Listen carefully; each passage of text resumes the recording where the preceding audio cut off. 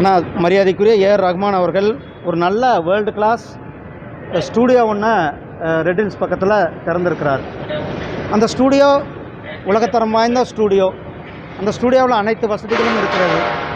ஒரு டெக்னீஷியன் அவர் வந்து இசையை எந்தளவுக்கு ரசிக்கிறார் என்பது அந்த ஸ்டூடியோவில் இருக்கிறது. ஒரு ஐஎன்பி மினிஸ்டர் என்ற அந்த ஐஎன்பி மினிஸ்டர் என்ற அந்த இதில் அவருடைய ஸ்டூடியோவை விசிட் பண்ணாங்க. அதே போல் தற்போது இந்த தமிழகத்தில் வந்து பாஜக அதிமுக கூட்டணி உறுதியாக இருக்குது. ஆனால் மத்திய அமைச்சர்கள் சொல்லிக்கிட்டே இருக்காங்க. ஆனால் மாநிலத்தில் எடப்பாடியார் வந்து பார்த்தீங்கன்னா கூட்டணி எல்லா தலைமையிலும் கூட்டணியில் அனுப்புறாரு. இந்த கருத்து வந்து தொடர்ந்து பேசப்பட்டு வருது. இங்கே பாருங்கள், இதுக்கு வந்து எங்களுடைய மரியாதைக்குரிய திரு அமித்ஷாஜி அவர்கள் தெளிவான பதிலை சொல்லியிருக்கிறார். ஏதாவதுனா கூட எங்களுடைய மரியாதைக்குரிய திரு அமித்ஷாஜி அவர்களும் அண்ணன் திரு எடப்பாடி பழனிசாமி அவர்களும் பேசி அதை எங்களுக்கு சொல்லுவாங்க.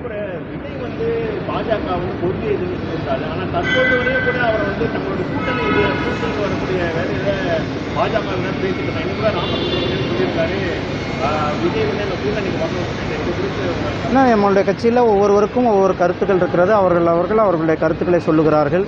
எங்களுடைய தேசிய தலைமை சரியான நேரத்தில் யார் கூட கூட்டணி வைக்கணும், அந்த கூட்டணியை உருவாக்குவதெல்லாம் எங்களுடைய தேசிய தலைமை உருவாக்குவார்கள். அதிமுகவுடையவர்கள் வந்து ஒரு அணியில் இருக்கணும் அப்படிங்கிறது பாஜகவுடைய நிலைப்பாடாக இருக்குது. அதிமுகவுடைய கருத்தாகவும் இருக்குது. அந்த திமுகவை யாரெல்லாம் வீட்டுக்கு அனுப்புகிற கொள்கை உடையவங்க ஒன்றா சேரணும் தமிழிசைவர்களும் சொல்லியிருக்காங்க. ஆமாம், நாங்களும் அதானே சொல்லிகிட்டு இருக்கோம். அதுதானே வேலை செஞ்சுட்டு இருக்கோம். அதுக்காக தானே எங்கள் தேசிய தலைமை ஒர்க் பண்ணிகிட்டு இருக்குது. திமுகவை வீட்டுக்கு அனுப்பணும் அப்படின்றது தான் எங்களுடைய ஒரே கோரிக்கோள்.